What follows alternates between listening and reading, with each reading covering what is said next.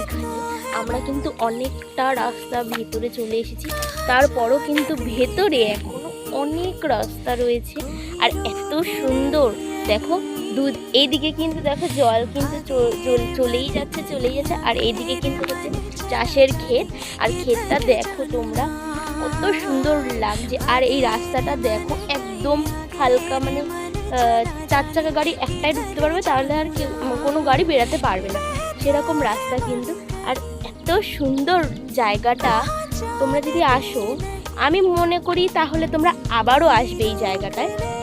আর হাওয়া, দীঘার হাওয়া, মানে দীঘার মতন হাওয়া এখানে, এত সুন্দরী হাওয়া।